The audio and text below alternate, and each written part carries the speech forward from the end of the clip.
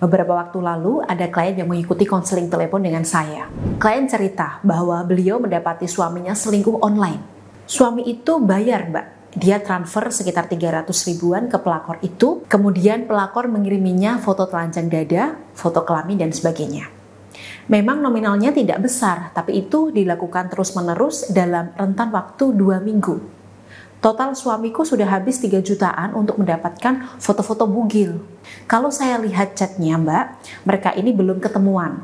Dan saya takut sekali kalau sampai mereka ketemuan, kemudian berhubungan langsung. Saya ingin menunjukkan ke suami kalau saya sudah tahu perselingkuhannya, Mbak. Tapi saya bingung bagaimana ngomongnya. Tolong ajari saya, Mbak. Nah, kemudian saya ajari beliau secara detail. Bagaimana cara mengungkapkan perselingkuhan suami, waktunya harus kapan, apakah pagi, siang, atau malam hari. Apakah saat anak-anak sudah tidur atau sebelum suami berangkat kerja. Saya ajarkan cukup detail. Tak hanya itu, saya juga jelaskan pada klien seperti apa nantinya reaksi suami melihat istrinya tahu perselingkuhannya. Bahkan mengungkapkannya sendiri. Suami ibu nanti bisa marah karena ibu membuka HP-nya. Suami ibu nanti bisa makin pandai menyembunyikan HP-nya dari ibu dan mencari cara selingkuh anti ketahuan. Atau suami ibu nanti bisa nangis, menyesal, dan minta maaf kemudian berjanji tidak mengulanginya lagi. Ada beragam reaksi suami setelah ketahuan selingkuh. Jadi, ibu harus siap dengan segala bentuk reaksi suami tersebut. Kemudian, klien bertanya pada saya, "Oke Mbak, saya paham. Lalu bagaimana caranya membuat suami sadar dengan kesalahannya dan tidak mengulanginya lagi? Saya butuh sekali hal ini." Nah, disinilah part paling penting menurut saya. Karena banyak istri di luar sana ketika membuka perselingkuhan suami, mengungkap kebohongan suami, mereka lupa untuk memberikan hukuman. Kebanyakan yang mereka lakukan justru memberikan ancaman. "Awas ya, kalau nanti diulang lagi, aku akan pergi bawa anak-anak. Kurang ajar kamu, kalau nanti kamu berani selingkuh lagi, aku akan minggat dari rumah. Kalau kamu tega selingkuh lagi, aku bakal ceraiin kamu, aku tinggalin kamu." Adakah yang pernah memberikan ancaman seperti ini? Tapi kenyataannya ketika suami kembali berselingkuh, istri juga memaafkan lagi, memberi kesempatan kedua, dan tidak berani meninggalkan suaminya. Selanjutnya, apa yang terjadi? Suami melihat istrinya tidak benar-benar memberikan hukuman. Dia hanya memberi ancaman omong kosong. Suami melihat istrinya tidak berani meninggalkannya. Jadi, kalau aku selingkuh lagi, istriku ya akan tetap bersamaku. Nah, disinilah letak titik krusial yang mempengaruhi suami nanti ke depannya bakal selingkuh lagi atau tidak. Yakni hukuman yang akan diberikan istri ketika suaminya ketahuan selingkuh lagi.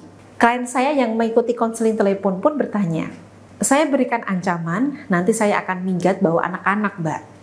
Wah, ini sama seperti cara berpikir istri di luar sana yang suaminya selingkuh lagi dan lagi. Jadi Bu, ketika ibu ngegap suaminya selingkuh untuk pertama kali, berikan hukuman, bukan ancaman. Hukuman adalah sesuatu hal yang bisa membuat suami takut dan di saat yang bersamaan, ibu berani mengambil tindakan tersebut. Jika ibu menghukum suami dengan tindakan yang mana ibu sendiri tidak berani melakukannya, maka jangan lakukan itu. Itu namanya ancaman. Itu namanya omong kosong. Suami yang telah ibu ancam, misalnya dengan ancaman perceraian atau membawa anak-anak pergi, tapi di saat yang bersamaan ibu tak berani melakukannya, maka suami akan melihat ini sebagai omong kosong. Selanjutnya, suami akan berani selingkuh lagi, karena dia tahu bahwa ibu tak berani meninggalkannya. Itu hanya ancaman. Nah, saran saya Bu, jika ibu ingin membuat suami jera, maka berikan hukuman. Hukuman ini sifatnya adalah tindakan yang benar-benar berani ibu ambil dan di saat yang bersamaan suami takut terhadap hukuman tersebut. Saya contohkan Bu. Ibu bisa memberikan hukuman berupa, "Saya akan mengungkapkan ini pada keluarga besarmu. Ibu berani melakukan ini dan hukuman ini membuat suami takut karena malu terhadap keluarga besarnya." Atau ibu bisa memberikan hukuman berupa, "Kalau kamu selingkuh lagi, maka aku akan mengungkapkannya langsung di kantormu." Coba silahkan ibu buat daftar hukuman apa saja yang bisa membuat suami takut dan ibu berani melakukannya. Jangan mengancam atau omong kosong karena suami akan meremehkan ibu. Jika di sini ibu kesulitan mencari jenis hukuman apa yang tepat untuk suami, maka jangan sungkan mendaftarkan diri ibu mengikuti konseling telepon dengan saya. Saya akan mendengarkan detail masalah yang ibu alami saat ini dan saya akan memberikan treatment yang tepat.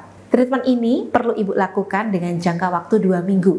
Selanjutnya, setelah 2 minggu, ibu bisa menghubungi saya kembali untuk menjelaskan mengenai perkembangan rumah tangganya setelah menjalankan treatment. Kita akan evaluasi bersama-sama sebaiknya sikap apa lagi yang perlu dilakukan untuk membuat rumah tangga ibu kembali membaik. Nah, jika ibu siap ikhtiar melalui konseling telepon, silakan bisa mendaftar melalui chat WhatsApp maupun telepon di nomor 08111 264401 atau bisa klik link otomatis di bawah ini.